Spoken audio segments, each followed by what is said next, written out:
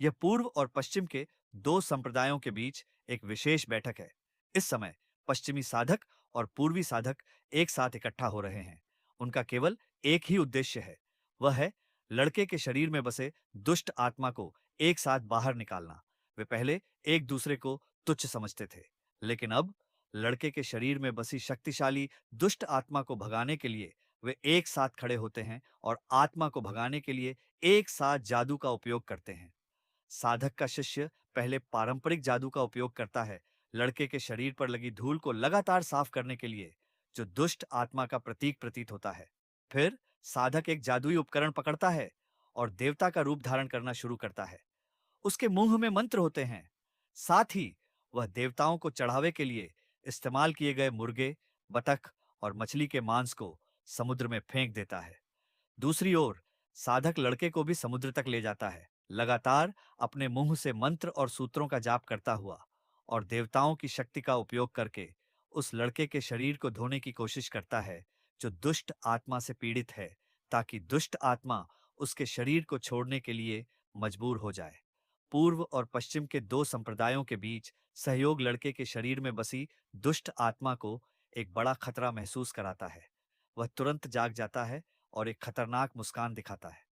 अचानक देवी द्वारा बनाया गया वेदी गिर जाता है और देवी भी जमीन पर गिर जाती है।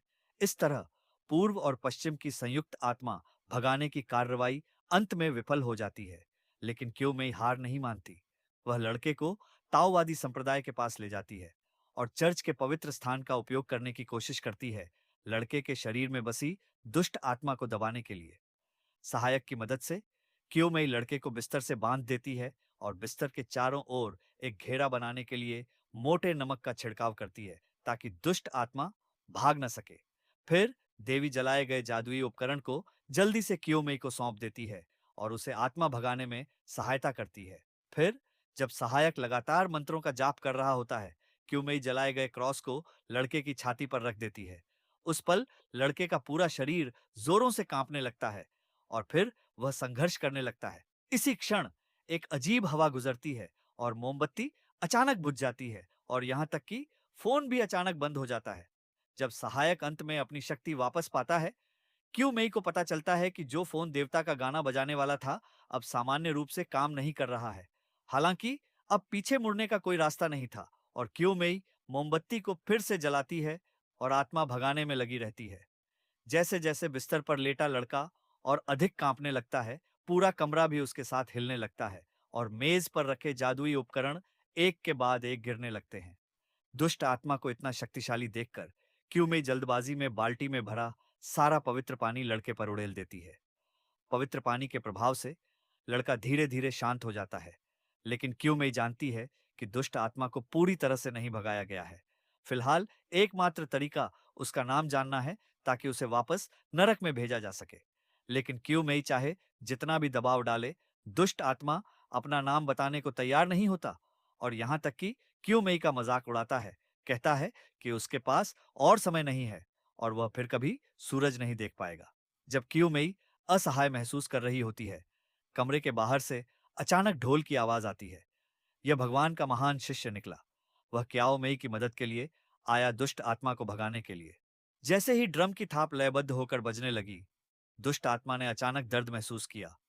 क्याओ मई ने इसे देखा और खिड़की तोड़कर बाहर निकल गई, ताकि खिड़की के बाहर से ड्रम की आवाज बिना किसी रुकावट के अंदर आ सके और दुष्ट आत्मा को और अधिक सुरक्षा का एहसास हो।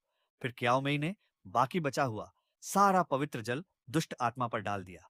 ड्रम की थाप और पवित्र जल के दोहरे प्रभाव से दुष्ट आत्मा अंततः सहन नहीं कर पाई और दर्द से कराहते हुए लड़के के शरीर से बाहर आ गई।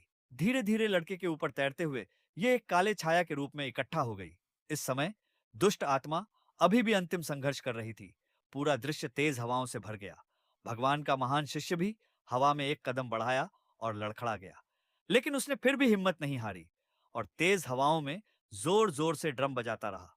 और क्याओ मई ने देखा कि दुष्ट आत्मा और अधिक उग्र हो रही है।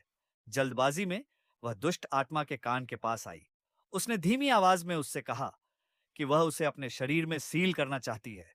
इसके बाद क्याओ मई ने जादू का उपयोग किया दुष्ट आत्मा को लड़के के शरीर से बाहर निकालने के लिए, और उसे अपने शरीर में खींच लिया।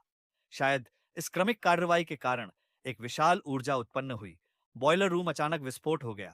भगवान का महान शिष्य जल्दी से लड़के को उठाया और भड़कती आग से बाहर भाग गया।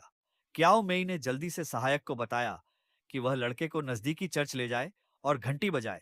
सहायक ने देरी नहीं की और तुरंत लड़के को भगवान के महान शिष्य के साथ उठाया और सड़क पर तेजी से भागने लगा। वह चर्च के मध्य तल की ओर दौड़ी। कठिन संघर्ष के बाद सहायक अंततः मध्य तल पर पहुंची और घंटी बजा दी। जैसे ही घंटी की 3 आवाजें कमरे में गूंजी, क्याओ मेई ने अपना पेट पकड़